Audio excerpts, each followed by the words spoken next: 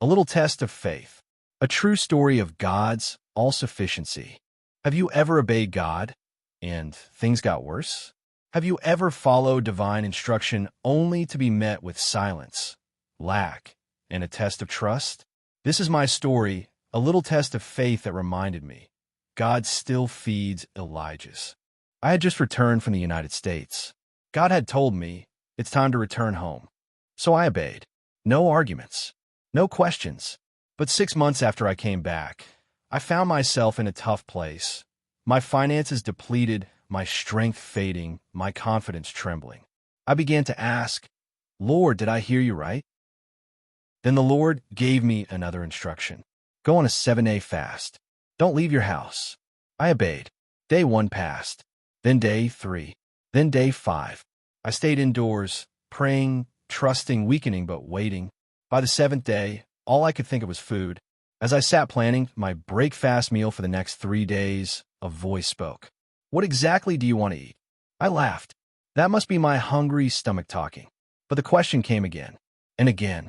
So I picked up a pen, half in faith, half in humor, and I wrote, fried rice, chicken, plantain, orange juice, fruits, milk, tea, sugar, bread.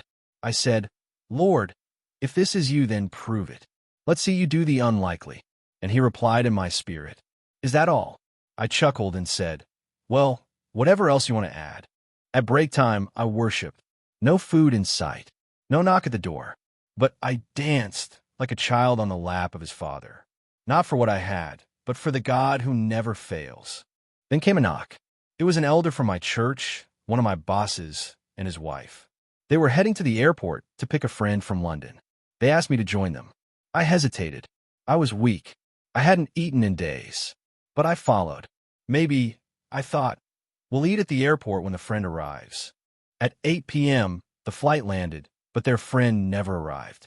He had missed his flight. We drove back in silence. But just as we reached home, they opened the boot of their car and pulled out a large basket. It was packed with food. They had prepared it all for their friend. Now it was all mine. I took the basket inside. I opened it, and I began to weep. Everything I had written, everything was in that basket. Fried rice, plantain, chicken, juice, fruits, bread, milk. God had seen the list, and he had responded. Then I heard his voice again. I fed Elijah. I'm still alive.